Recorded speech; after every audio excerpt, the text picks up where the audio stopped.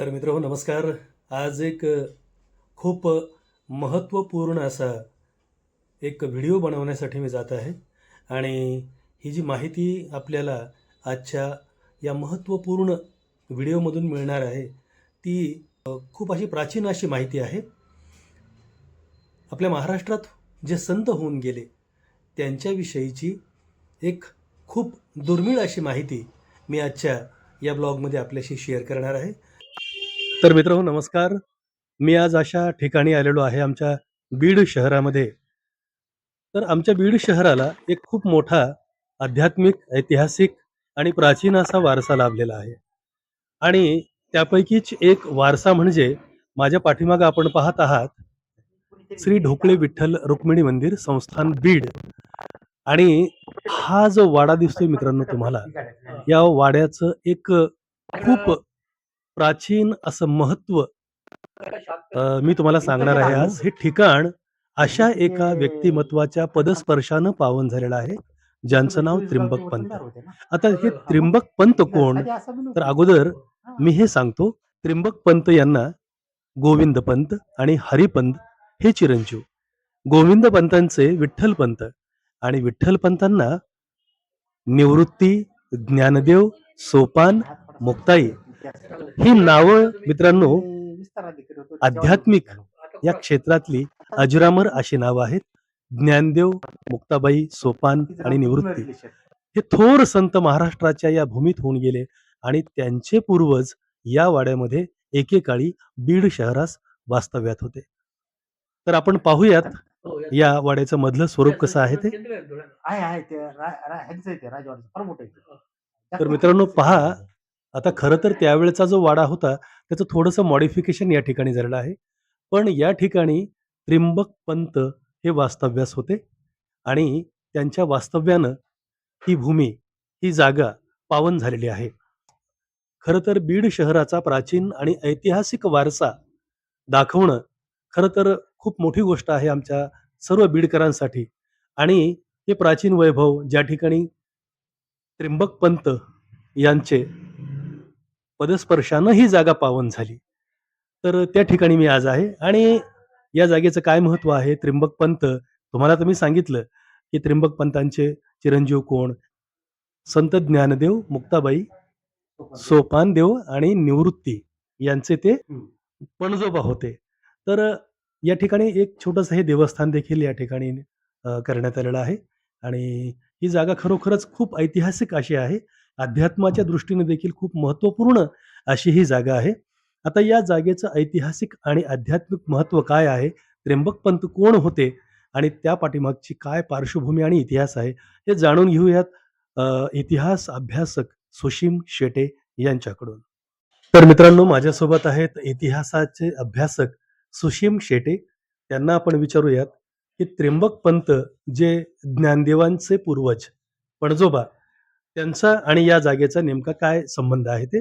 तर आम्हाला सांगा त्यांचा या जागेशी काय संबंध आहे. त्र्यंबक पंत हे मूळचे अपस्तंभ या गावचे. त्यांनाच आता आपेगाव म्हणतात. या गावचं मूळ नाव आहे अपस्तंभ. हा, तेथील ते कुलकर्णी. हा, तर त्यांना चैत्रपाळ यादव म्हणजे जेतुगी यादव यांनी बीडची देशाधिकारी पदावर नेमलं.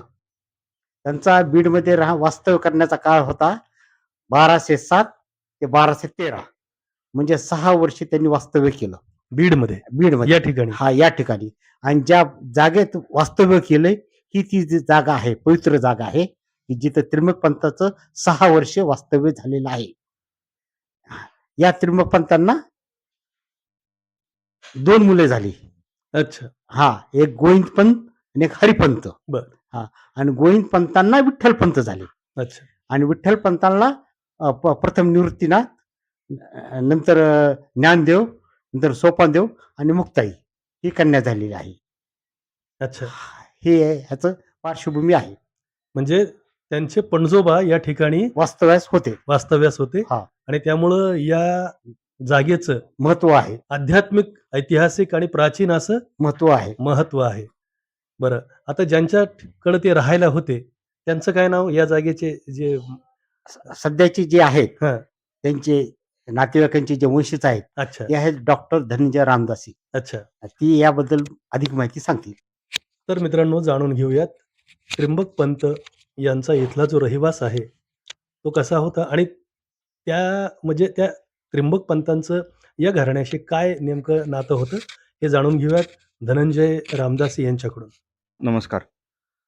या ठिकाणी आमचे पूर्वज जे होते त्यांच्याकडे या आपल्या बीडच्या आसपासच्या गावचं कुलकर्णी पण होतं 14 गावांचं आणि त्र्यंबक पंत हे या ठिकाणी ज्यावेळेस त्यांच्या राजांकडनं इथं विशेष मोहिमेसाठी आलेले होते, तेव्हा ते या ठिकाणी आपल्या या आमच्या वाड्यामध्ये वास्तव्यास होते.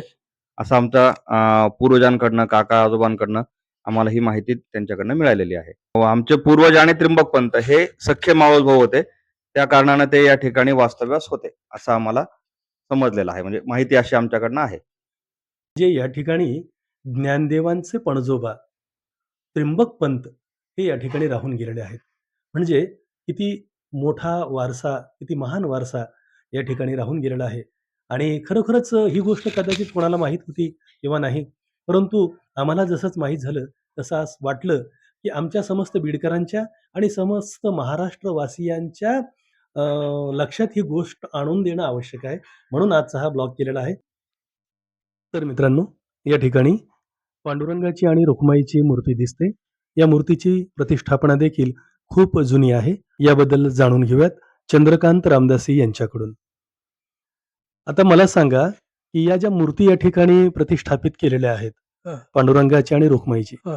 तर या कधी त्यांची स्थापना केली गेलेली आहे आणि त्र्यंबक यांचा पंथाचा काय याच्याशी? यांचा कार्यकाळ कुणालाही सांगता येणार नाही आम्हाला. अच्छा, फक्त त्र्यंबक पंतांनी इथं वास्तव्यास होते, त्यावेळेस त्यांनी मूर्तीची पूजा केलेली आहे. हा उल्लेख आहे. अच्छा. हा उल्लेख आमच्या वडिलांनी त्याचा श्लोक सुद्धा म्हणून दाखवला होता. काय तो श्लोक माझ्या आहे? लक्षात अच्छा, लक्षात नाही तो. आता विसरलात तुम्ही. हां. अच्छा. एवढा इतका जुना इतिहास आहे हा. म्हणजे किती 1001 वर्षापूर्वीचा, नाही त्याच्या अगोदरचा त्याच्या असणार. अगोदरचा, त्याच्या अगोदरचा. हो, म्हणजे 1200 मध्ये त्यांचं वास्तव्य ज्यावेळेस होतं, हो शक्यता आहे. म्हणजे त्या त्याच्या अगोदर त्यांनी पूजा केली म्हणजे त्याच्या अगोदरची स्थापना. कदाचित हो, त्याच्या अगोदर. त्याच्या अगोदरची स्थापना झालेली आहे. अच्छा. हं. म्हणजे इतकी प्राचीन या मूर्तींची प्रतिष्ठापना आहे. तर मित्रांनो बघा, किती प्राचीन असा हा इतिहास आहे. तर खूप म्हणजे काही गोष्टी अशा असतात, की इतिहासाच्या उदरात त्या दडलेल्या असतात आणि त्या कोणालाच माहीत नसतात. त्यामुळं आज या निमित्तानं ही माहिती आपल्याला मिळाली.